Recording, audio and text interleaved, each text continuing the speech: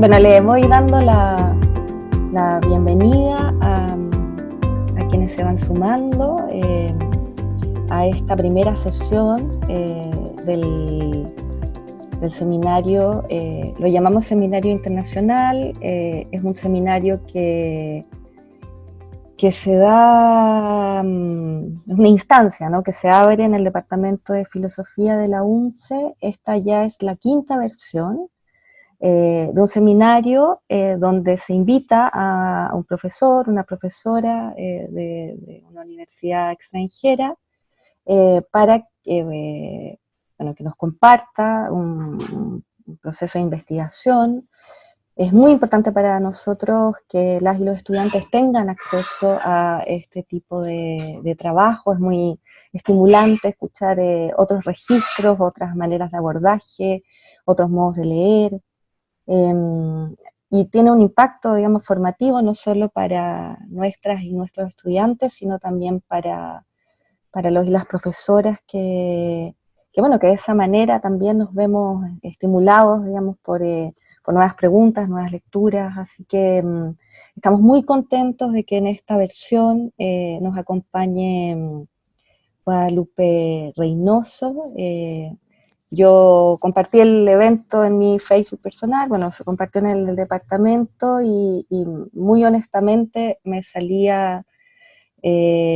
nació, digamos, hacer un reconocimiento a todo lo que he aprendido de Guadalupe como profesora de filosofía y como amiga. Es una suerte adicional, digamos, que la vida me regala, pero bueno, nos conocimos en Córdoba, he podido ver la maduración de su trabajo, que me parece muy relevante. Así que vamos a partir, les voy a comentar, digamos, un poco algunas referencias, ¿no?, de la trayectoria de Guadalupe, que se licencia en el 2007 y se doctora el 2013 en filosofía por la Universidad Nacional de Córdoba, en Argentina, ¿no? Ella es profesora a cargo de la Cátedra Metafísica 2 en la carrera de filosofía, y está a cargo también de un trabajo precioso del ingreso a las carreras de licenciatura y profesorado en filosofía de la Universidad Nacional de Córdoba.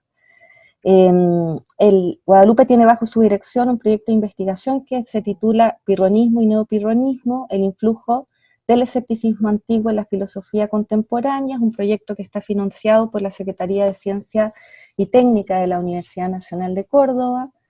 Ha traducido textos importantes, ¿no?, sobre neopirronismo, de Osvaldo Porchas, de Asís Pereira da Silva, ¿no? Forma parte del comité editorial de una revista también muy valiosa, ¿no?, que trabaja escepticismo, que es la revista Skepsis.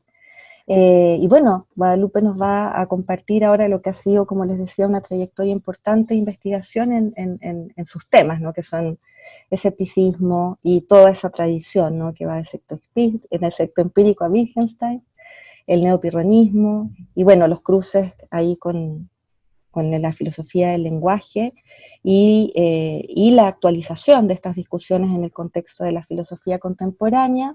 Además, Guadalupe fue directora de la carrera de filosofía de la Universidad Nacional de Córdoba durante 2 periodos, así que también es alguien que nos invita a pensar, ¿no?, la construcción de un espacio universitario dedicado a la enseñanza, ¿no?, de la filosofía. Así que bueno, solo compartir de nuevo mi alegría por tenerte con nosotros en este espacio. Te doy la palabra. Confirmamos que a través del chat yo voy a ir mediando las preguntas. Cuando termine la presentación de Guadalupe, los y las invito a escribir sus preguntas en el chat. De esa manera yo se las transmito a Guada y enriquecemos esta presentación a partir del diálogo con esas preguntas. Así que todo suyo, el espacio. Bueno, muchas gracias, Marce, por la invitación a formar parte de este seminario internacional. Lamento que sea a la distancia, espero que el año que viene podamos encontrarnos y conocernos con quienes están participando regularmente del seminario. El seminario ya comenzó, tuvimos una primer clase y 2 actividades asincrónicas, así que algunos de los oyentes probablemente tengan ya algunas lecturas previas realizadas y tal vez repita algunas cuestiones introductorias al tema. Y además soy la primera mujer que participa del seminario, que para mí es importante ese detalle.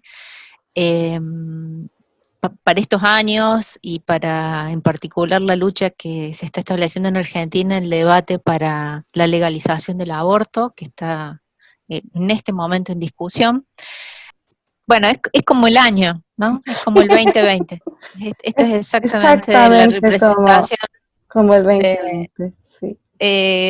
Antes que se corte, agradecer la invitación, agradecer ser también la primera profesora mujer que participa de este seminario, agradecer a quienes están escuchando, y lo que voy a hacer ahora es compartir pantalla. Lo que estamos viendo en pantalla es la imagen elegida para el seminario, es una imagen de Claudio Parmigiani, italiano. Creo que representa bien el 2020 y cómo estábamos en diciembre, pero además representa muy bien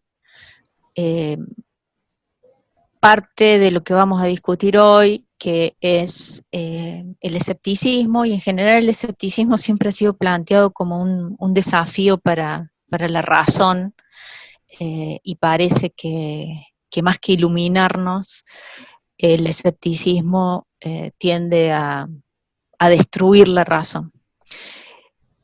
Con esa idea de fondo, con esa idea del escepticismo, lo que pretendo plantear hoy aquí es discutir otros modos de entender el escepticismo, no como algo negativo o en contra de la razón, sino por el contrario, una filosofía constructiva, con aspectos constructivos, por supuesto, con muchos aspectos críticos, es parte de la metodología que van a utilizar, pero fundamentalmente la defensa de una filosofía. Y para eso considero que es clave repensar la relación entre escepticismo y lenguaje. Cuando yo hable de escepticismo, siempre me voy a estar refiriendo a escepticismo antiguo, a las fuentes antiguas de escepticismo. Ahora vamos a ver un poquito de qué va.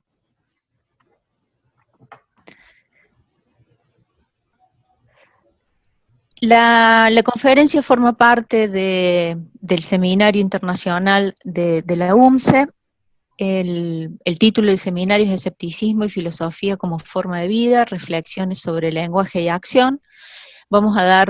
Voy a dictar 3 conferencias abiertas. Esta es la primera, donde el núcleo del problema es la vinculación entre las formas antiguas del escepticismo y el problema del lenguaje.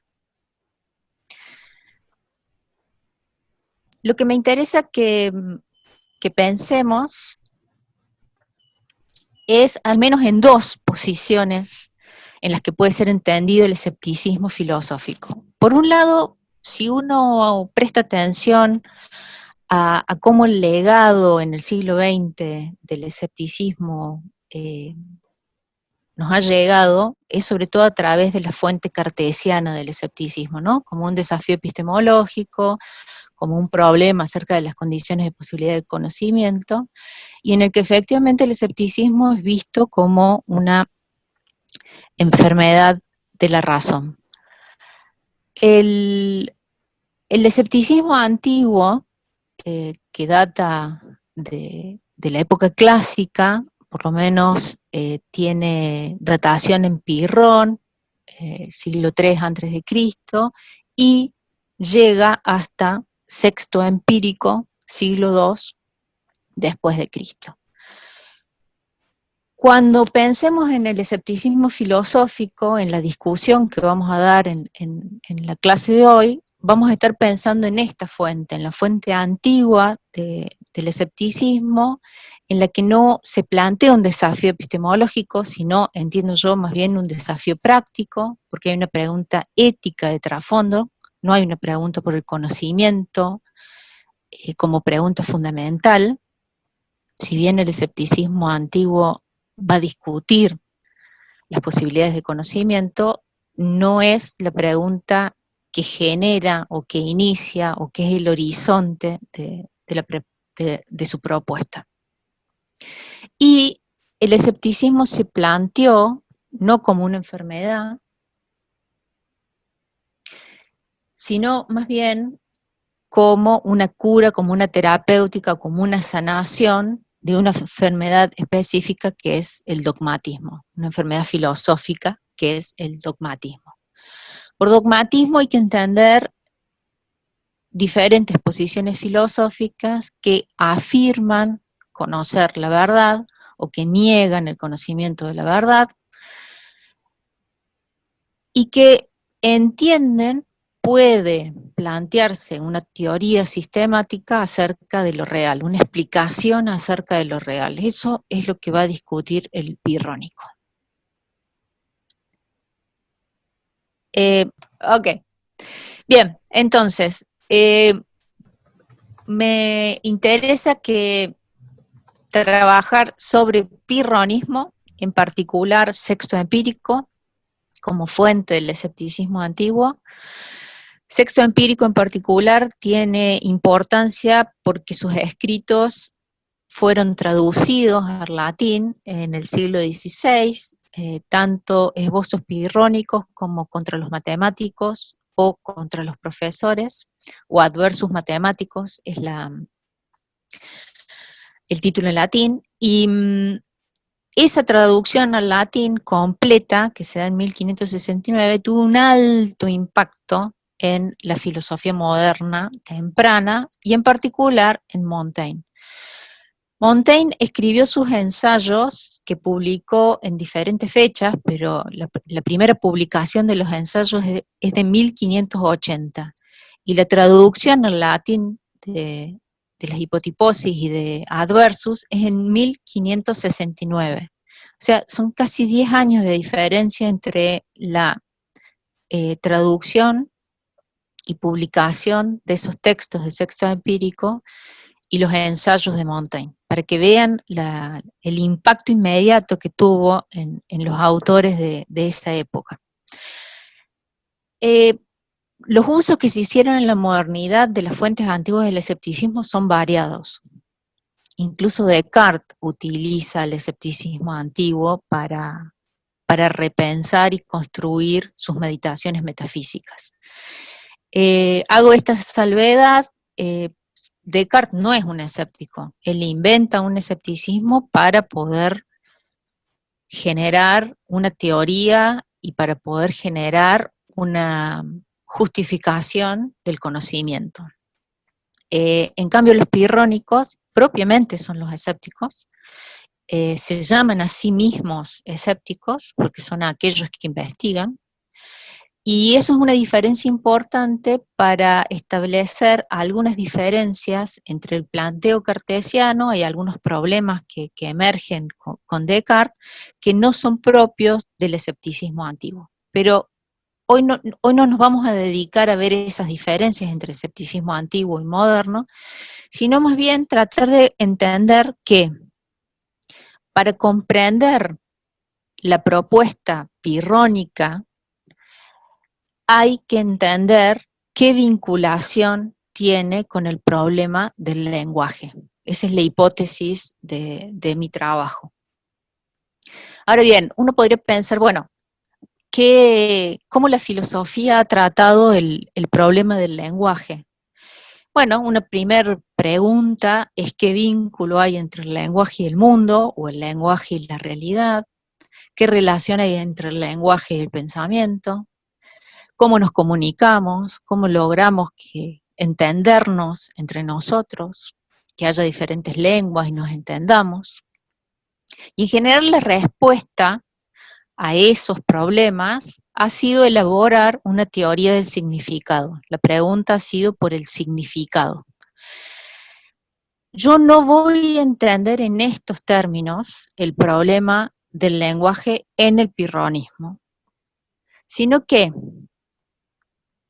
lo que voy a tratar de pensar es cómo el pirronismo, cuando intenta explicar en qué consiste su propuesta filosófica, discute todo el tiempo acerca del lenguaje y del estatus del lenguaje. Esa relación entre filosofía y lenguaje, esa meta-reflexión sobre la filosofía, va acompañada de una reflexión sobre el lenguaje. Para quienes no están familiarizados con el pirronismo, el pirronismo se plantea como una búsqueda incesante de la verdad, forma parte de las escuelas helenísticas, todas ellas comparten alguna idea de que la filosofía es una búsqueda de la verdad en el marco de una preocupación ética por una vida buena, como decíamos inicialmente. No hay una propuesta que podríamos llamar una primer pregunta epistemológica, sino más bien una pregunta por modos de vida, y las filosofías intentan determinar cuáles son o cómo serían esos mejores modos de vida, ¿no? El florecimiento de los seres humanos, etc. Y la particularidad que tiene el pirronismo frente a otras escuelas helenísticas, frente al estoicismo, al epicureísmo, que son de la misma época, es pensar que frente al desacuerdo que se dan entre las opiniones, los escépticos van a sopesar esas opiniones, van a investigar esas opiniones, intentan establecer qué opiniones son verdaderas y cuáles son falsas, y en ese trabajo sobre las opiniones, lo que van a hacer es ofrecer argumentos, contraargumentos, que tengan un mismo peso, que sean igualmente creíbles, que genere lo que ellos van a llamar isosteneia, la equipolencia entre argumentos, para luego mostrar que no tenemos un criterio para determinar qué opinión es verdadera y qué opinión es falsa. Por lo tanto, la propuesta va a ser suspender el juicio. La suspensión del juicio es algo que acontece necesariamente después de la equipolencia, después de haber mostrado que ninguno de los argumentos ofrecidos sobre un mismo asunto tiene más peso o es más creíble o se acerca más a la verdad. Por lo tanto, el escéptico no afirma ni niega, sino que suspende el juicio y llega a esa suspensión del juicio a través de un trabajo argumentativo sobre las opiniones de los dogmáticos. Ya no van a pensar a la filosofía como una teoría o como un sistema que explica la verdad, sino más bien como una habilidad de contraponer argumentos o tropos o enunciados que en esa operación de trabajo sobre los argumentos, tanto a favor como en contra, generan esta suspensión del juicio. Lo primero que podríamos decir en esta muy breve descripción es que toda esta habilidad y todos estos elementos iniciales que el escéptico muestra para definir su orientación filosófica parten de recursos lingüísticos y son actividades lingüísticas, ¿no? Se proponen como, la filosofía se propone fundamentalmente como una habilidad argumentativa. Entonces parece que la cuestión del lenguaje está intrínsecamente vinculada a la metodología filosófica. Pero desde mi perspectiva, y en realidad esto ha sido desde el comienzo del pirronismo el primer desafío que ha tenido que enfrentar, la relación con el lenguaje se plantea como un dilema. Parece ser que sí, el objetivo de la habilidad argumentativa que propone el escepticismo es la suspensión del juicio, es decir, no afirmar ni negar. Esa suspensión del juicio es incompatible con el uso de argumentos o de los tropos, porque cualquier argumento afirma o niega.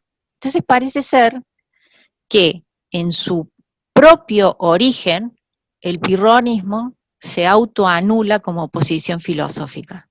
En esa búsqueda de la suspensión del juicio, al tener que utilizar argumentos, parece caer en autocontradicción.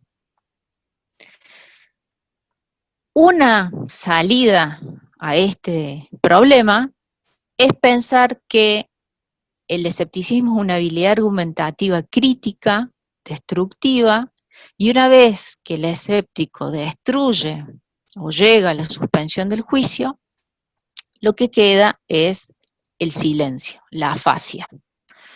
Entonces, para lograr una postura que no sea autocontradictoria, el silencio parece ser el horizonte de la posición filosófica. ¿Cuál es mi desafío para esta ponencia? Yo creo que el escepticismo es efectivamente una orientación filosófica no autocontradictoria y que no tiene como fin la afasia. Es decir, que si nosotros repensamos el problema del lenguaje, podemos defender que el pirronismo no es una posición autocontradictoria, es decir, no hay un abandono o una destrucción de la filosofía, y tampoco hay un abandono del lenguaje, tampoco hay la finalidad propuesta en este ideal de afasia, ¿no? La afasia ha sido un elemento importante en los primeros pirrónicos, especialmente en Pirrón. Pirrón no escribió filosofía y esto es una decisión como parte de su orientación. En cambio, Sexto Empírico, como vimos, ha escrito filosofía, ha escrito sobre el pirronismo, y lo que yo pretendo mostrar o defender es que el escéptico no solo no abandona la filosofía en su propuesta, sino que además no abandona el lenguaje. Por eso creo que pensar el pirronismo necesariamente es pensar qué vínculo hay entre filosofía y lenguaje. Para eso voy a presentar 3 dimensiones en las que yo entiendo que hay que pensar, o por lo menos que Sexto piensa el problema del lenguaje. Esta primera dimensión es una dimensión metodológica.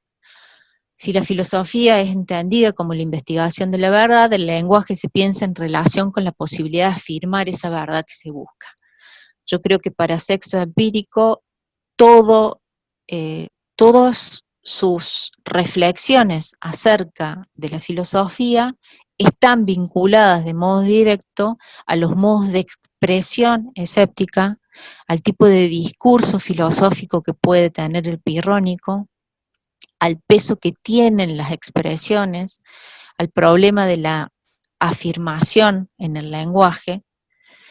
Esta dimensión la denomino metodológica porque tiene que ver con una reflexión permanente sobre la filosofía y no solo sobre el lenguaje. La segunda dimensión es una dimensión que llamo pragmática, que tiene que ver sobre todo con las reflexiones que hace Sexto Empírico sobre los usos del lenguaje natural, no ya filosófico. Las primeras reflexiones las vamos a encontrar en Esbozos pirrónicos o Hipotiposis pirrónicas, el primer libro de Sexto Empírico que vamos a ver. Y esta dimensión pragmática creo que fundamentalmente aparece pensada y reflexionada en Adversus Matemáticos, en el libro Contra los Gramáticos. Y finalmente, una tercera dimensión, que yo llamé dimensión estilística, pero todavía no estoy convencida de ese título, así que tal vez ustedes me puedan ayudar a pensar otro nombre para esta tercera dimensión, que tiene que ver sobre los géneros de escritura filosóficos. Creo que con estas tres dimensiones podemos pensar la relación entre pirronismo y lenguaje sin reducir esa reflexión a la búsqueda de una teoría del significado. Recordemos que en el pirronismo no hay teoría que pueda elaborarse. La filosofía es pensada como una habilidad y no como una elaboración de dogmas o teorías. Bien, para empezar entonces con la dimensión metodológica, vamos a tomar algunas citas de esbozos pirrónicos, principalmente el libro 1 de esbozos pirrónicos de Sexto Empírico. En el se establece plenamente la relación entre filosofía pirrónica y lenguaje.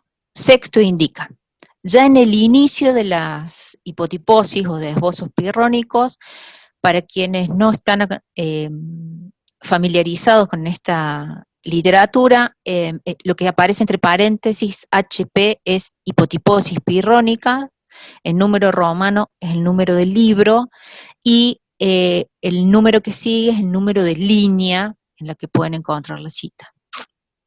Dice Sexto: nosotros hablaremos de forma esquemática por el momento sobre la orientación filosófica escéptica, advirtiendo de entrada que sobre nada de lo que se va a decir nos pronunciamos, en el sentido de aseveramos, como si fuera forzosamente tal como nosotros decimos, sino que tratamos todas las cosas al modo de los historiadores, narrativamente, según lo que nos resulta evidente, lo que se nos aparece en el momento.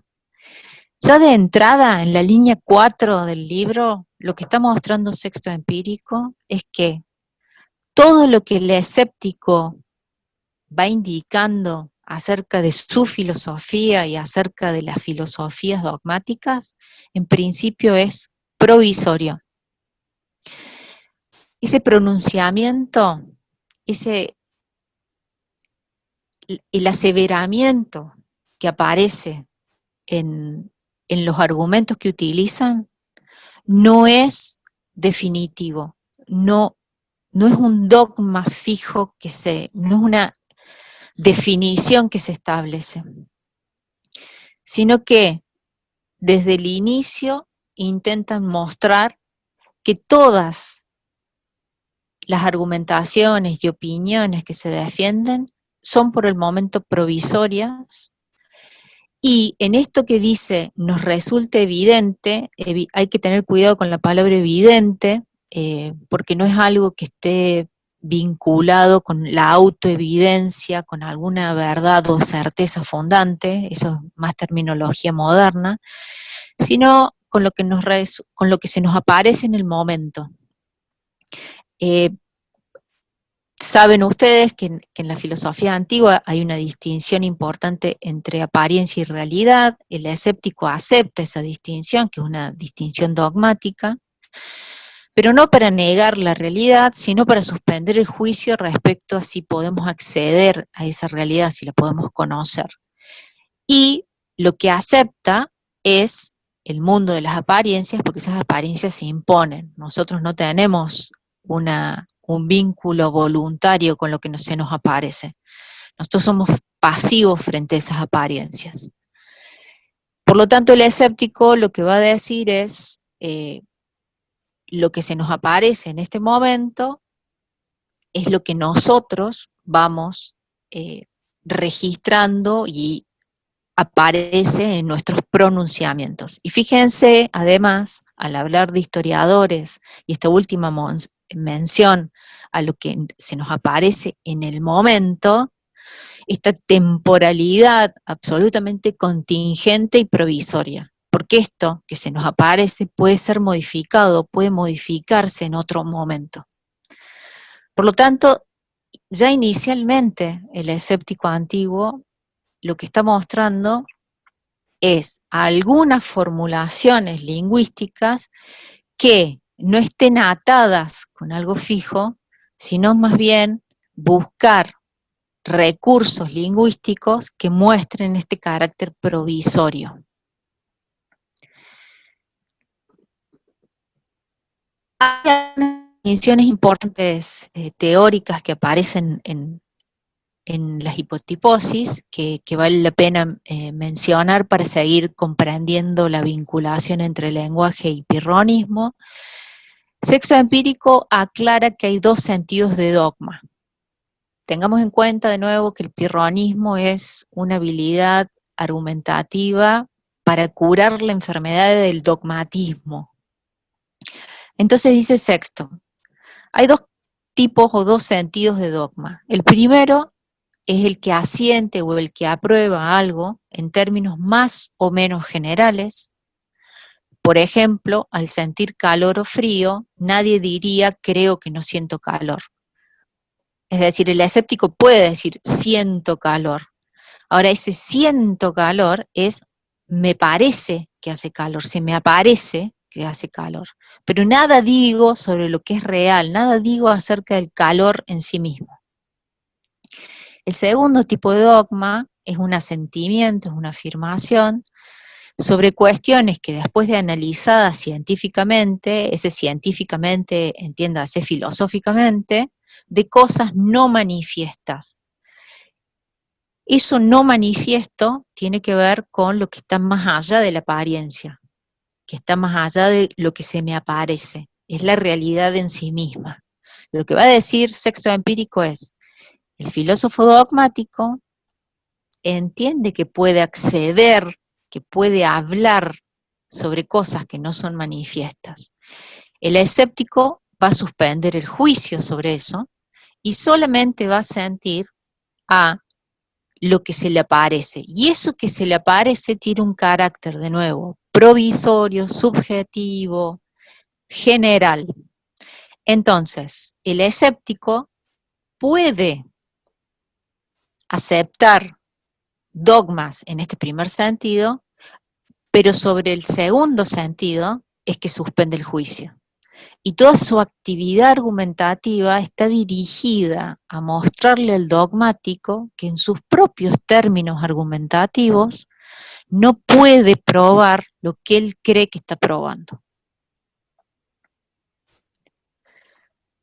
Y a su vez, esto se vincula con otra distinción que es clave para entender el escepticismo antiguo, que es la distinción entre dos clases de criterios. Por un lado, el criterio lógico de verdad, que está vinculado con una noción de realidad, y el criterio práctico o de acción.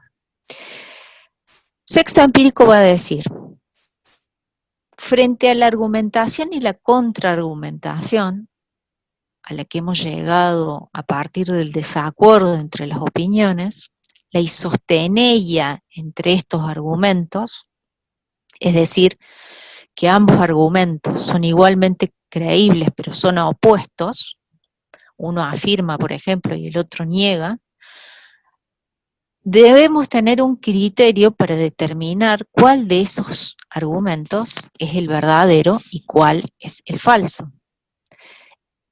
Sexto Empírico va a decir, no contamos con ese criterio. Tal vez a futuro, si seguimos investigando, podamos obtener ese criterio. Pero por el momento, los argumentos son igualmente creíbles. Y nuestra razón y toda nuestra psicología no inclina la balanza por ninguno de los dos. Por lo tanto, suspendemos el juicio, no nos quedamos con ninguno de esos dos argumentos. Pero hay otro criterio, que es el criterio práctico de acción o de la vida, en el que aparecen las exigencias vitales, que tienen que ver de nuevo con todo aquello que se nos manifiesta y que se nos aparece de modo involuntario. Ahí el escéptico sigue la vida, sigue las apariencias, sigue el fenómeno. Si ustedes prestan atención, esta distinción entre criterios está vinculada con la distinción de dogmas.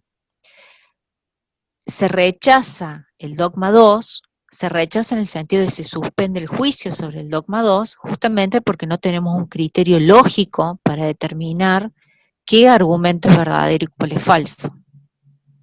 Y el criterio 2, que sigue el escéptico, el criterio de acción, está vinculado también con un modo de asentir y un modo de pronunciarse sobre las cosas. De nuevo, que es provisorio, que tiene que ver con lo que me acontece, y eso que me acontece siempre es contingente.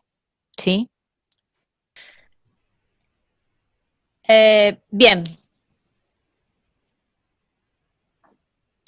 Entonces, en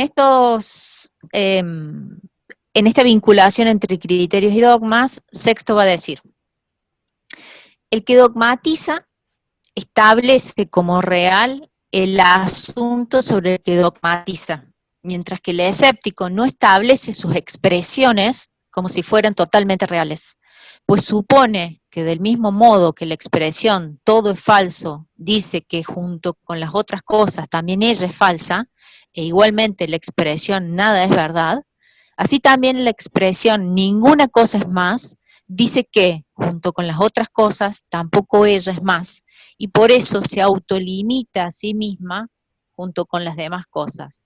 Y lo mismo decimos de las restantes expresiones escépticas. Esto aparece ya en la línea 14.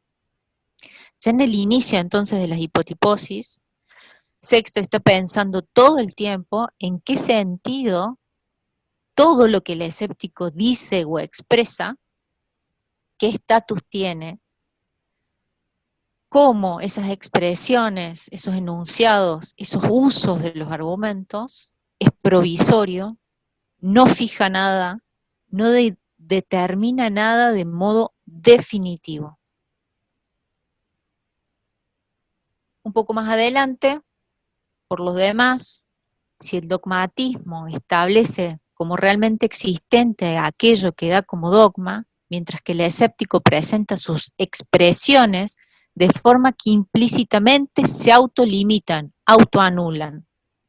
No se diga que el escéptico dogmatiza, en el segundo sentido de dogmatizar, en la exposición de ellas. Lo que está tratando de mostrar acá es que ese autolimitan o se autoanulan significa que cuando el escéptico utiliza estas herramientas argumentativas, no significa que las utiliza porque crea que sean verdad, sino que las utiliza en el contexto o en el escenario dialéctico del dogmático para contraponer al primer argumento que ofrece el dogmático una contraargumentación que genere equivalencia y posterior suspensión del juicio, ¿sí? Pero si ven, ya en el inicio del libro, toda la reflexión sobre qué es el pirronismo está vinculada al modo en que el escéptico se expresa y el modo en el que el escéptico utiliza el lenguaje.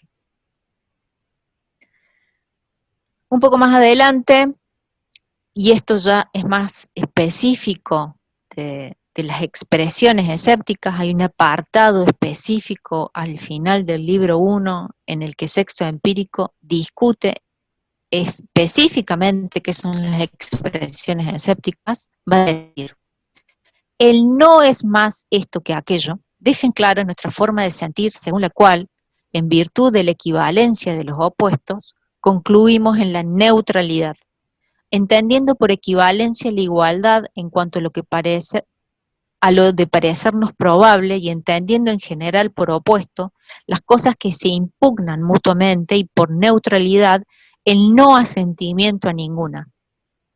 Y aunque ciertamente la expresión nada es más podría denotar un matiz de asentimiento o negación, nosotros no la usamos así, sino que la tomamos en un sentido vago e impropio.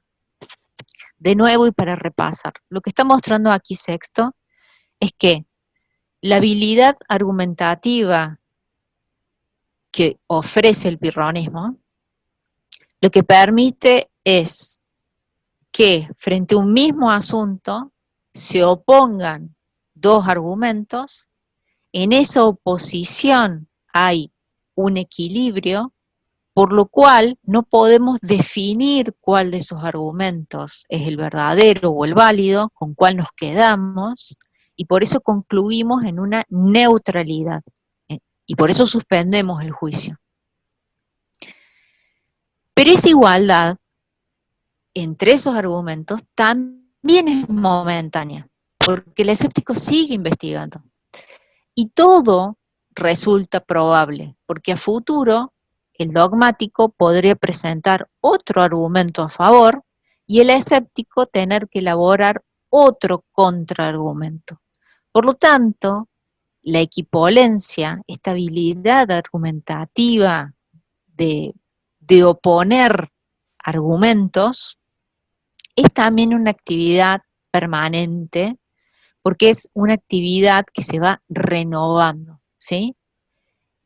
Y lo que aparece en esta cita es que además hay expresiones lingüísticas que el propio lenguaje nos otorga para mostrar lo provisorio de ese asentimiento. Estas fórmulas escépticas, no es más esto que aquello, lo decimos todos sin dogmatismos, nada es más, no significa, y esta es la parte final de la cita, que haya una afirmación definitiva sobre eso, sino que son formulaciones lingüísticas que intentan mostrar el carácter contingente y provisorio de la utilización de argumentos escépticos.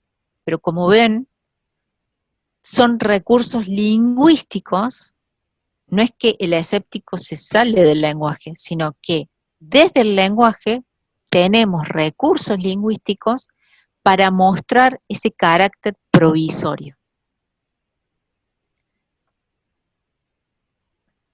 Va a decir Sexto, pretendemos manifestar lo que se nos aparece, pero nos es indiferente la expresión por medio de la cual lo manifestamos. ¿Qué significa que nos es indiferente? Que podemos utilizar muchas formas y muchas expresiones para establecer lo que para expresar lo que se nos aparece. Por lo tanto, tampoco hay un vínculo estrecho entre apariencia y expresiones. Podría haber muchos modos de expresión de aquello que se nos aparece. Lo que está tratando de mostrar Sexto, creo yo, es una perspectiva absolutamente flexible y plural del lenguaje. Si bien no hay una teoría del significado en Sexto empírico, uno podría ir derivando de ahí alguna concepción sobre el lenguaje. Pero básicamente lo que está tratando de mostrar Sexto empírico es que el escéptico utiliza el lenguaje, que tiene recursos lingüísticos, para poder establecer esta habilidad argumentativa, y todo el tiempo intenta indicar que eso no lo compromete con un asentimiento aseverativo o con algún tipo de dogma en este segundo sentido que intentaba rechazar, y por lo tanto que no hay autocontradicción en el uso del lenguaje que hace el escéptico. De todas las expresiones escépticas, en efecto, hay que presuponer eso, de que en modo absoluto nos obcecamos en que sean verdaderas, puesto que ya decimos que pueden refutarse por sí mismas al estar incluidas entre ellas sobre las que se enuncian. Igual que entre los medicamentos, los purgativos no solo expulsan del cuerpo los humores orgánicos, sino que se expulsan a sí mismos con esos humores. Este es el cierre del libro 1 de las hipotiposis, cuando está discutiendo el uso de las expresiones escépticas. Y acá aparece un matiz un poco más radical del que veníamos viendo inicialmente en las hipotiposis, porque aparece esta metáfora del purgante. La utilización que hacen los pirrónicos de los argumentos, de las expresiones, parece que una vez enunciadas, se auto expulsan sin dejar nada afirmado. Pero acá parece que se nos genera un nuevo problema, ¿no? Porque si las expresiones escépticas no las decimos de todas las cosas en general, sino de las cosas no manifiestas que se estudian de forma dogmática, acá Sexto parece indicar que este uso purgativo del lenguaje es el uso que van a utilizar en filosofía, es un uso, los argumentos no tienen sustento, en el sentido de que una vez utilizados no quedan fijados, y lo que parece concluirse de esta última metáfora es un carácter absolutamente radical del uso argumentativo y del uso del lenguaje filosófico. Parece ser que después de la utilización crítica de los argumentos para refutar el dogmático, parece que esos propios argumentos, como los purgantes, desaparecen. Entonces la pregunta que uno podría hacerle a Sexto es, bueno, pero ¿qué tipo de discurso filosófico podría entonces elaborar el escéptico? Parece que el escéptico, en este uso purgativo del lenguaje, en su discusión con el dogmático, parece no dejar nada en pie para la filosofía, ¿no? Entonces acá se plantea de nuevo el dilema inicial. Bueno, pero entonces, finalmente, después de poner en práctica esta habilidad argumentativa, asumida que esta habilidad argumentativa es siempre provisoria, asumido que no aseveramos los argumentos que utilizamos para discutir con el dogmático, finalmente, este carácter purgativo nos compromete con una afasia, con un silencio final. Yo creo que hay que tener en cuenta varios aspectos de las citas que leí. Por un lado, Sexto va a hablar de el modelo de los históricos, de los narradores. Parece poder rescatarse a algún tipo de escritura que no sea solamente la utilización de argumentos y contraargumentos. Parece después restringir que las únicas afirmaciones o los únicos enunciados que dejarían de lado serían los vinculados a la realidad, en el sentido metafísico, en el sentido del dogma, en el segundo sentido que vimos. Parece que habría un resto lingüístico que podría utilizarse y que el escéptico podría seguir utilizando. Y ese resto parece vinculado con el mundo de las apariencias. Ahora, la pregunta de nuevo es, ese carácter purgativo final que aparece en las hipotiposis, ¿implica un abandono del lenguaje? ¿Implica un abandono del lenguaje filosófico? ¿Implica un abandono del lenguaje per se? ¿Implica que lleguemos a la afasia?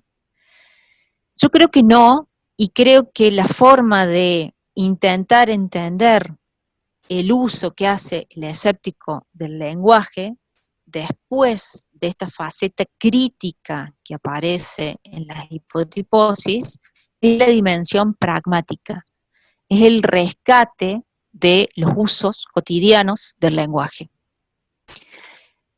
Yo creo que en las hipotiposis lo que hay sobre todo es una faceta crítica, destructiva, antidogmática, pero en Adversus Matemáticos, que es el otro libro traducido de Sexto Empírico, encontramos muchos elementos para esta dimensión que yo he denominado pragmática, que nos da elementos para repensar algunos usos del lenguaje que el escéptico podría hacer sin caer en autocontradicción y sin, por supuesto, llegar al silencio, al abandono del lenguaje, ¿no?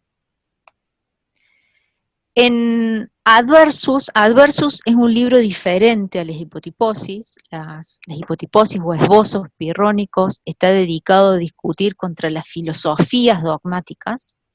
En cambio, Adversus es un libro dedicado a discutir contra otras disciplinas,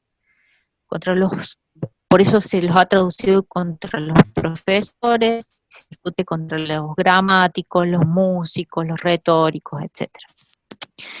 Y en particular el primer libro está dedicado a la discusión contra los gramáticos, y donde efectivamente el lenguaje aparece en primera escena.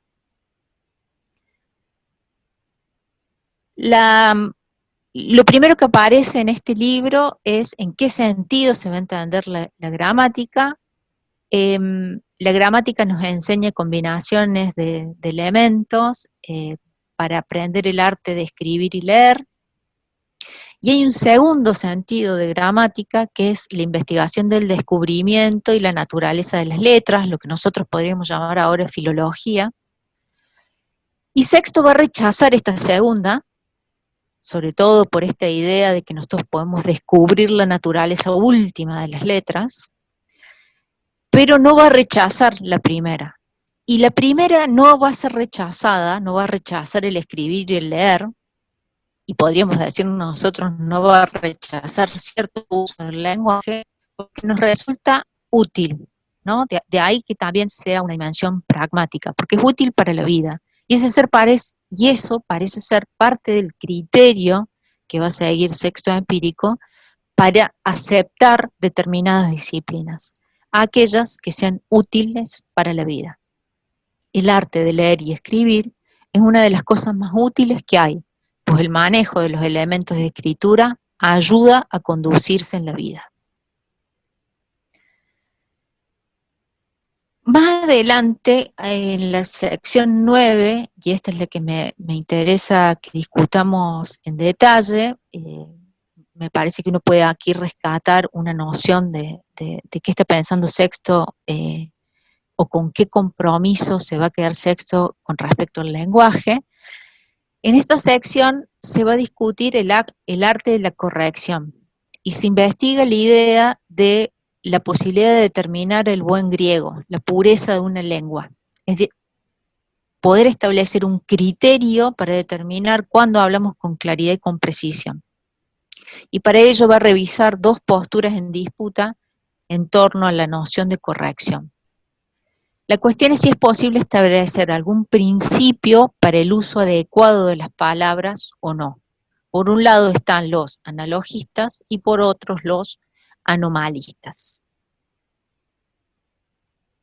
Los analogistas proponían por modelos de analogía fijos las declinaciones y la conjugación del griego para evitar las recurrentes y numerosas irregularidades. Y los anomalistas proponían que es imposible determinar a priori o a posteriori tal regularidad, ya que son los usos lingüísticos, ya que los usos lingüísticos están sujetos a y nacen de circunstancias específicas e impredecibles. Como podrán suponer, Sexto va a rechazar la primera postura y va a adoptar la postura de los anomalistas. Adhiere a la postura de los anomalistas, sosteniendo que quienes quieran hablar correctamente tienen que atenerse a la observación pura y simple del discurso cotidiano y del uso común de la mayoría, y que el criterio de corrección se establece a partir de la plasmación concreta y la observación de la conversación corriente.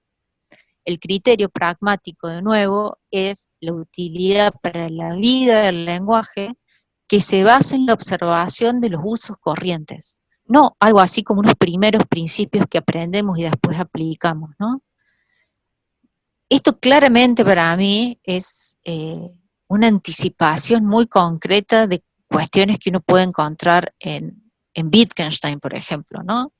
Si bien de aquí Sexto no desprende una perspectiva acerca del significado, no está diciendo que el significado es el uso, pero sí claramente está mostrando, en primer lugar, que no hay algo así como el lenguaje, sino que hay lenguajes, que el lenguaje natural es contextual, que los criterios de corrección son criterios públicos, que son sociales, y que los aprendemos a partir del entrenamiento y de la educación en esos criterios y en esas conversaciones corrientes, ¿no? Hay un rescate del lenguaje natural y de toda la vaguedad del lenguaje natural y de toda la imprecisión que contiene, sin negar que tengamos criterios de corrección, por supuesto.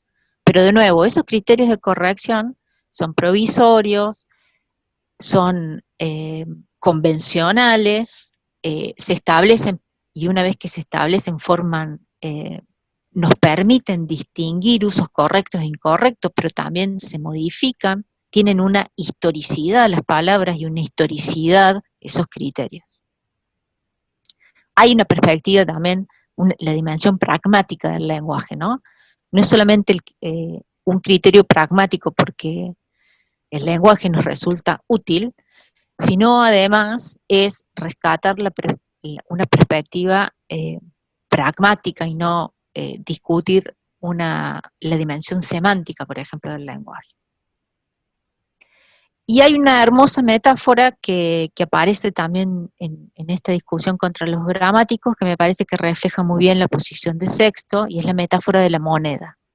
Y es así como en una ciudad en que hay cierta acuñación de una moneda local, aquel que se acomoda a ella puede participar sin trabas en los negocios de dicha ciudad, mientras que aquel que no la acepta y se acuña para sí mismo una moneda nueva pretendiendo darle curso legal, se le tiene por necio. Del mismo modo, también en la vida cotidiana, aquel que no quiere seguir las pautas de la conversación corrientemente aceptada, como la moneda, y pretende hacerse una con su patrón particular, es que está cerca de la locura. Esto también parece una anticipación de algunos aspectos del argumento del lenguaje privado de Wittgenstein, ¿no? De nuevo, estas son, creo yo, perspectivas acerca del lenguaje natural, acerca de no solamente que podemos comunicarnos y que de hecho lo hacemos, sino primero que los criterios a partir de los cuales nosotros podemos evaluar la corrección o no del lenguaje y de los usos del lenguaje es siempre contextual, es siempre pública, es siempre una actividad social. Y por supuesto, y en sintonía con lo que ya vimos en las hipotiposis pirrónicas, no hay un criterio fijo, ese criterio no se determina por el vínculo que tenga el lenguaje con la realidad, sino más bien con cómo nosotros utilizamos el lenguaje. Y lo que aparece aquí, aunque no dicho de este modo, pero lo que uno puede desprender aquí, es que en estos usos cotidianos del lenguaje natural no hay un compromiso ontológico a partir del cual nosotros utilicemos del modo en que lo hacemos las palabras.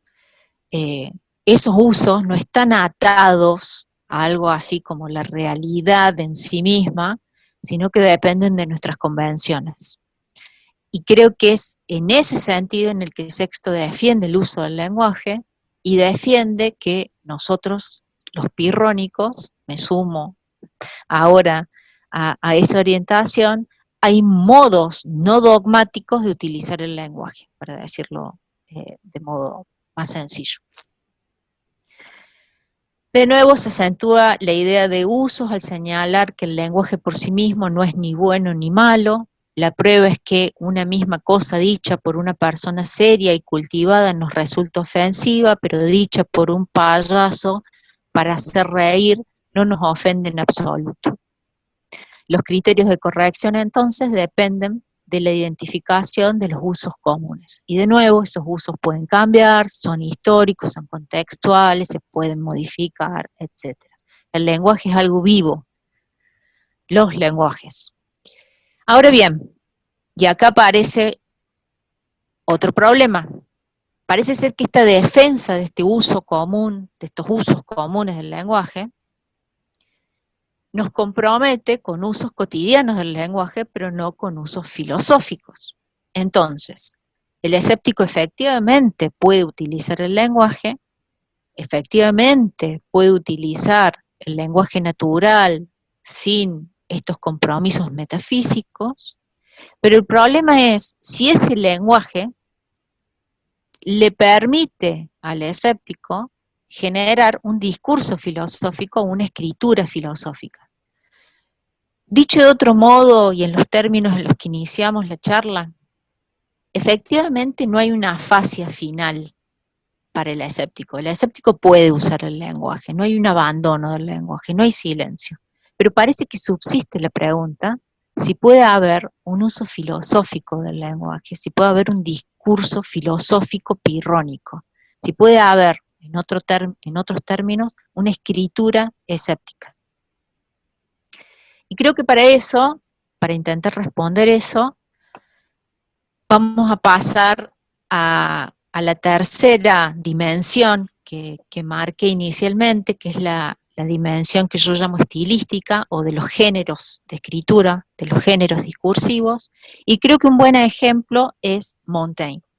Montaigne es un autor obviamente posterior al sexto empírico, vimos que pertenece al siglo XVI, pero tiene una vinculación estrecha por la lectura inmediata de la primera traducción al latín de las obras completas de sexto empírico, o por lo menos de las obras que han subsistido, y hay una enorme discusión acerca si Montaigne es o no un escéptico, si es un escéptico pirrónico. Montaigne absorbe muchas fuentes, no solamente las escépticas, también está leyendo estoicos, a los epicúreos, etc.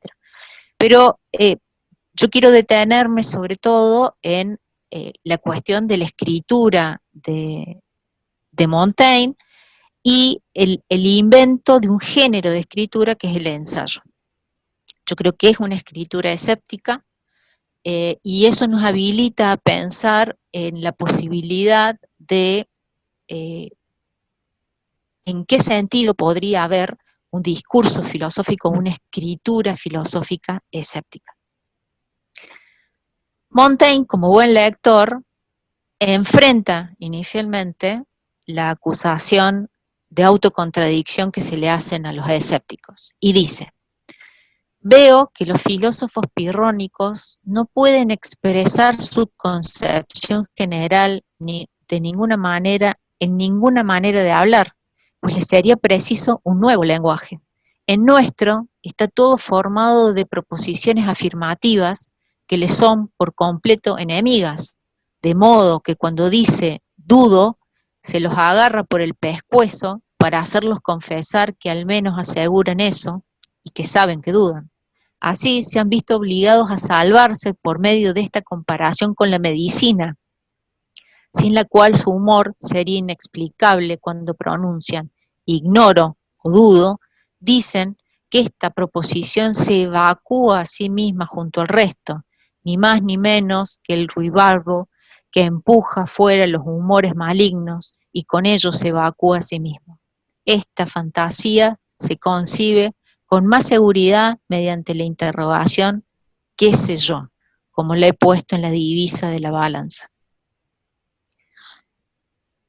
Nuestra querida amiga Marcela Rivera, en el libro que coescribieron a partir de un seminario que dictó Pablo Yarzún, que se titula Escepticismo, Literatura y Visualidad, coescribieron una introducción al libro y es una compilación de hermosos textos alrededor de la discusión de escepticismo y literatura, a partir de un seminario de Pablo Yarzún.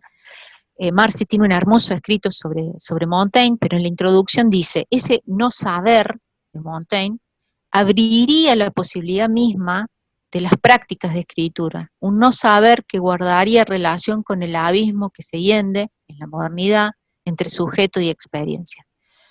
Acá hay un elemento nuevo que no estaba presente, por lo menos explícitamente, en la filosofía de sexto empírico, que es la preocupación por el sujeto y sobre todo por la construcción de un yo y el problema de la identidad. Esto aparece claramente en la modernidad y es un sello distintivo de los autores escépticos de la modernidad.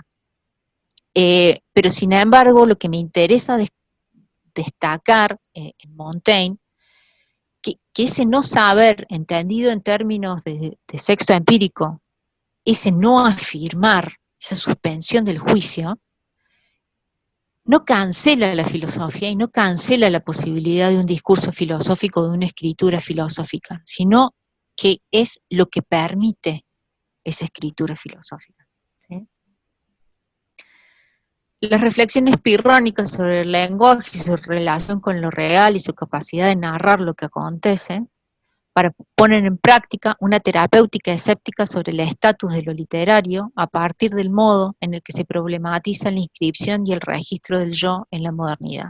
Esto es para un poco describir la originalidad y lo que acontece con Montaigne, no solamente con Montaigne.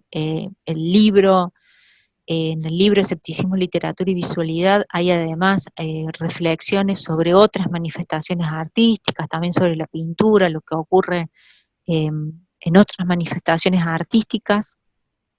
Pero lo que me interesa pensar es que toda la reflexión pirrónica sobre la filosofía y sobre el estatus del lenguaje, esta desconexión con la aseveración y con lo real, no anula la posibilidad de usos del lenguaje, sino que las habilita otros usos del lenguaje. Oyarzún, en esa misma introducción, va a indicar lo siguiente: es la fuerza del fenómeno, de la apariencia, de esto que rescata el escéptico como provisorio de los usos cotidianos del lenguaje, lo que determina la actitud pirrónica respecto al lenguaje, que puede ser reducida a tres modos fundamentales. El primero, la afasia o ayuno discursivo, perteneciente a la escena de la confrontación con el dogmático. Yo acá me permito tener una diferencia con Oyarzún, con el maestro. Yo creo que efectivamente, si por afasia nosotros entendemos que el escéptico no va a construir un discurso filosófico en el sentido de una teoría filosófica, estoy de acuerdo. Hay afasia en este sentido restringido. Pero no hay afasia en un sentido final en que el escéptico abandona la filosofía y abandona el lenguaje, ¿no? Ese ayuno discursivo yo lo entendería en un modo bastante más restringido, en el sentido de un discurso sistemático, teórico. Efectivamente, el escéptico solo plantea su orientación filosófica como una habilidad, no como la elaboración o construcción de una teoría o de un sistema. Sin embargo, creo que hay posibilidades para un discurso escéptico, para una entendido como escritura escéptica. Dos, el uso laxo, indiferente y funcional de las expresiones y los términos a manera de una apología del habla cotidiana. Creo que acá se rescata bien lo que aparece en Adversus, en esta idea de que el habla cotidiana, si nosotros prestamos atención a esa habla cotidiana, vemos lo provisorio, lo contingente, y cómo en esas imprecisiones del habla cotidiana encontramos elementos para poder expresar de modo no conclusivo, no afirmativo, no definitivo, lo que nos va aconteciendo. Y finalmente, va a decir Oyarzún, hay un uso del lenguaje que es la expresión de lo que me pasa, de relato de las afecciones, en las que precisamente se da cuenta o se toma nota de la fuerza del fenómeno. Ahora bien, yo creo que estos dos usos, el segundo y el tercero de los que menciona Oyarzún, creo que no tienen que ver con un abandono de un uso filosófico del lenguaje.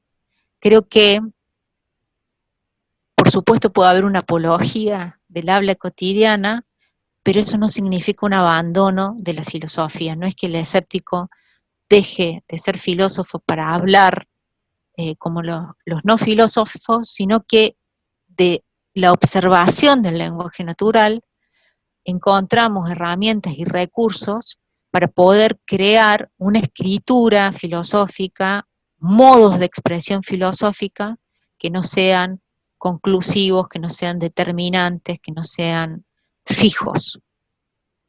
Y creo que quien mejor lo hace, efectivamente, es Montaigne, y para poder rescatar esa escritura, vale la pena recuperar una distinción que Pierre Hadot retoma de Diógenes Laercio, que es una distinción estoica entre discurso acerca de la filosofía y la filosofía misma. Esta distinción se plantea para indicar que las partes en las que se divide la filosofía, la ética, la lógica y la física solo se dan a un nivel discursivo filosófico. Así se señala que estas partes derivan de las exigencias propias de la lógica discursiva que obliga a realizar dicha distinción para fines pedagógicos. La filosofía misma, es decir, la forma de vida filosófica, no consiste tanto en una teoría dividida en partes como en una actividad dirigida a vivir la lógica, la física, la ética. Esto es lo que va a decir Pierre Hadot de todas las escuelas helenísticas, no está específicamente hablando del escepticismo. Y lo que Pierre Hadot indica es que el discurso filosófico comienza a hacerse sistemático en el periodo helénico o helenístico, pero cuya finalidad, y esto es lo que no hay que olvidar, no era la de procurar una explicación total y coherente de la realidad, sino brindar principios ligados entre sí que permitan su empleo para situaciones fundamentales de la vida. Hay una dimensión ética primordial en el modo de entender la filosofía y la producción del discurso filosófico. Pero lo que quiero rescatar con esta distinción es que efectivamente creo que el pirrónico está discutiendo el discurso filosófico entendido en este sentido, en esta división de la ética, de la lógica y de la física, está discutiendo las exigencias propias de esa lógica discursiva que se establece allí, y que no solamente la critica para abandonarla, sino que hay alguna propuesta constructiva en el sentido de alternativa de usos del lenguaje que puedan ser usos filosóficos. Pierre Hadot utiliza en su libro Filosofía como modo de vida esta distinción entre vida filosófica y discurso filosófico, fundamentalmente para distinguir las manifestaciones antiguas de los desarrollos modernos, y me parece importante como una pauta de lectura de la filosofía antigua y una pauta de lectura de los ensayos de Montaigne. La filosofía como tratado sistemático se establece sobre todo a partir del siglo XVII y XVIII. Y el modo de escritura académico que nosotros tenemos, sobre todo los papers y la escritura académica universitaria, se desprende más de un modo particular de entender el discurso filosófico. Lo que está tratando de establecer Pierre Hadot, como buen filólogo que fue cuidado con establecer nuestros criterios como criterios de lectura sobre cómo se producían los discursos filosóficos en la antigüedad. Porque si no, efectivamente, queda poco en pie. Podemos buscar coherencia lógica y rigor lógico y filosófico en textos que en principio no buscaban o no tenían esa finalidad, y que sin embargo son discursos filosóficos o son escrituras filosóficas. Pensemos incluso en los diálogos de Platón, pensemos en la utilización de los poemas, de las tragedias griegas, los usos filosóficos de esas escrituras que no son o no forman parte de lo que uno canónicamente diría que es una escritura filosófica. Y eso es importante para pensar a Montaigne, porque mucho se ha discutido si los ensayos de Montaigne son filosóficos o no, si son forman algo así como un género literario de escritura y no filosófico. Yo creo que si prestamos atención a todo lo discutido sobre el lenguaje en el escepticismo, uno podría decir que los ensayos atestiguan por primera vez un registro escéptico de la experiencia de un yo que se escabulle, que en cuanto a narración de lo que me acontece resulta manifestación fenoménica y por ello siempre contingente, es decir, es una escritura que logra captar lo momentáneo, lo contingente, lo fenoménico, y si bien Montaigne no se ejercita en todos los elementos discutidos o que formarían parte de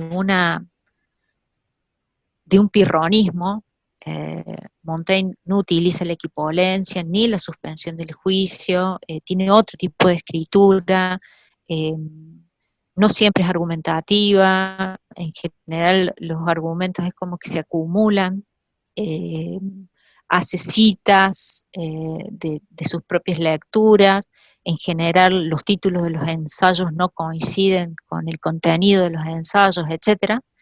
Y efectivamente hay una preocupación por el yo y por el registro de esa construcción del yo, que eso no formó parte de la preocupación de Sexto Empírico, pero sin embargo, la idea de esa escritura, de ese ensayo, de eso que es algo provisorio per se, permite repensar que puede haber escritos escépticos, filosóficos, que logran utilizar el lenguaje de un modo que no comprometido con una realidad metafísica o no comprometido con definiciones definitivas, conclusivas, etc. Por todo esto, lo que yo creo es que la orientación pirrónica no se autocancela, que si comprendemos los diferentes usos del lenguaje, que no dependen de una garantía metafísica, que se inspiran en los usos cotidianos, como hace Sexto Empírico, donde hay una desconexión entre la realidad y el lenguaje, desconexión en el sentido de que la realidad ya no es la garante del lenguaje. Esto no implica una renuncia al lenguaje, ni a la vida, ni a la filosofía, que la afasia, en todo caso, debe ser entendida como una ausencia de teorización sistemática, pero no como una ausencia total de un discurso filosófico o de una escritura filosófica, que el discurso pirrónico yo creo que es posible si entendemos en un sentido amplio la noción de discurso que involucra otros géneros literarios de escritura, por ejemplo, el que hemos visto con Montaigne en los ensayos, pero también hay Jean Timon, que fue discípulo de Pirron, es un autor anterior a Sexto Empírico, sus escritos satíricos, los poemas, forman parte también de una escritura que yo considero literario-filosófica, si quieren, y uno también podría pensar que los escritos aforísticos de Wittgenstein también tienen esta impronta de una escritura escéptica. Les agradezco mucho y espero que se haya podido seguir bien la charla. Muchas gracias, querida Guada. Creo que, bueno, ya veremos.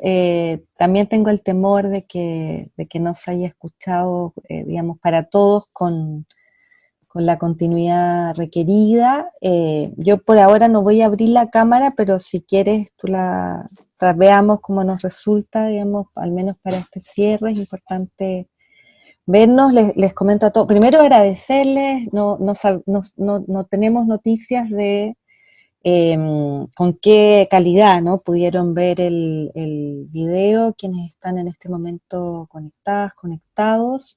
Vamos a buscar la manera de subir el video y para la próxima sesión les prometemos tomar algunos resguardos adicionales para tener mejor conexión, pero de todas maneras, antes de, digamos, esta es una invitación, se abrieron un montón de de problemas, me parece que, digamos, que el protagonismo que adquiere el problema del lenguaje, el problema de la expresión, en la presentación, en esa invitación a pensar el escepticismo que tú nos haces, digamos, a practicarlo en el sentido también de esa disposición, esa activación, ¿no?, de fuerzas vitales en el ejercicio, ¿no?, del escepticismo, abre, digamos, una pista que además, como un poco lo ha desplegado tu trabajo, ¿no?, logra atravesar, digamos, como un hilo rojo, esos hilos rojos de la historia de la filosofía, digamos, que adeudan una recuperación,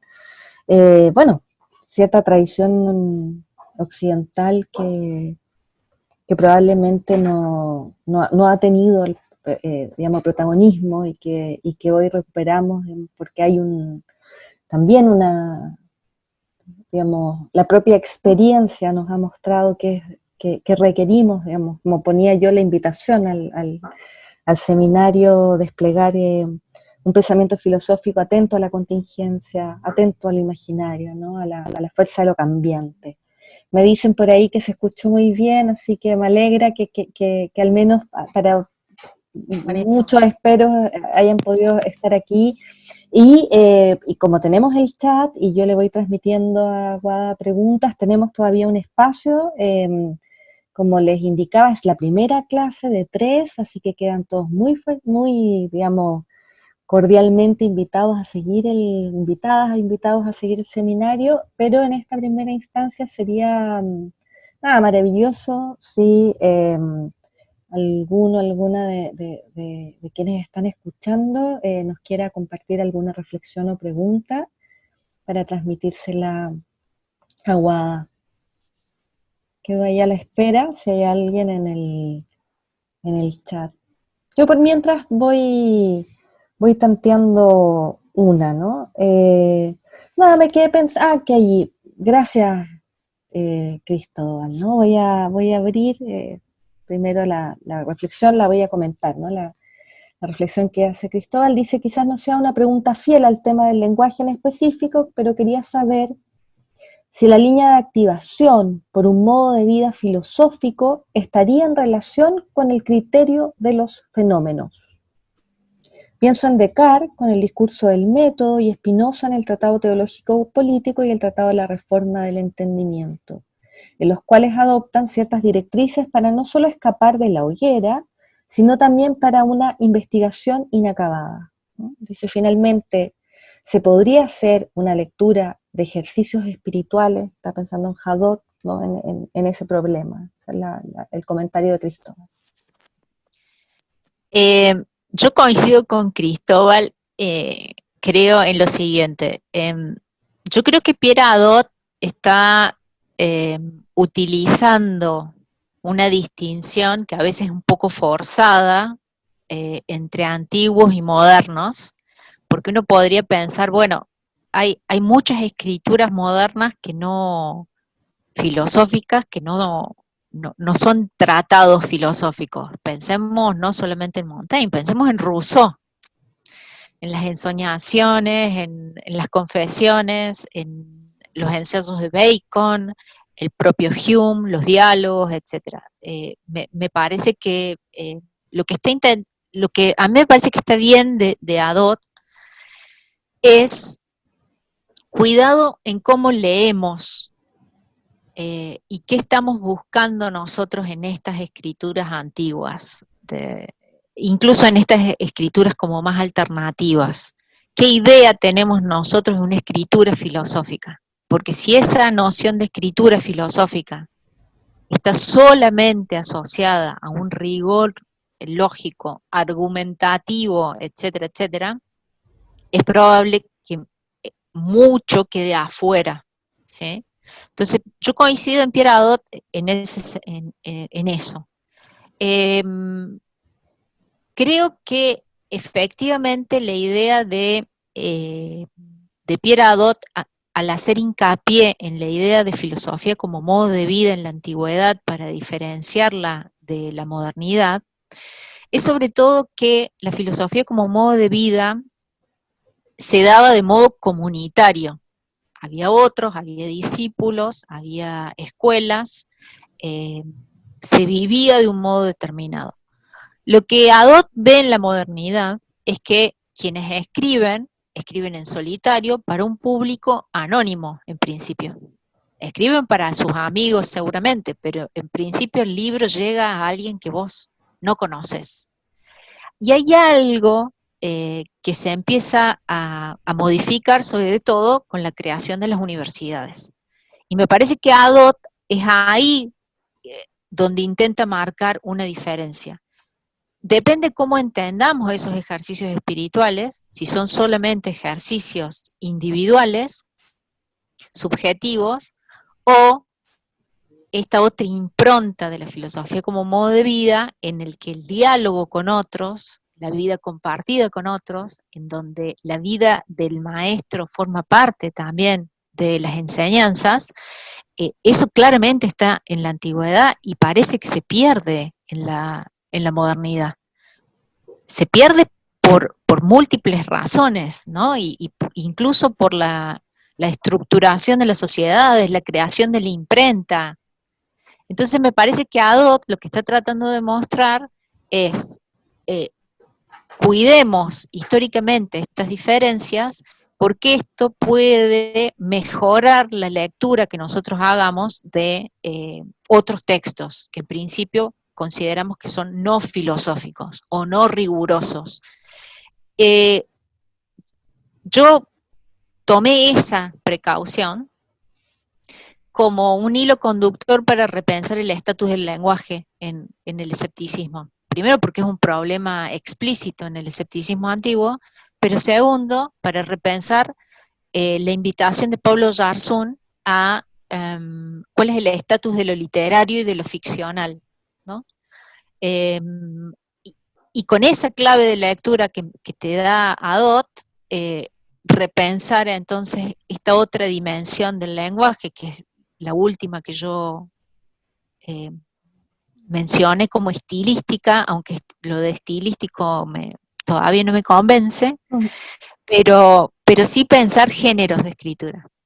Entonces que el género filosófico en realidad es muchos géneros de escritura. Gracias, Juan. Dejo un pequeño espacio, ¿no? Porque esto va a seguir, pero solo quería destacar, digamos, me activan muchas preguntas, el protagonismo que adquiere, digamos, el problema de los modos expresivos, ¿no? Que además tú también lo dices al final, ¿no?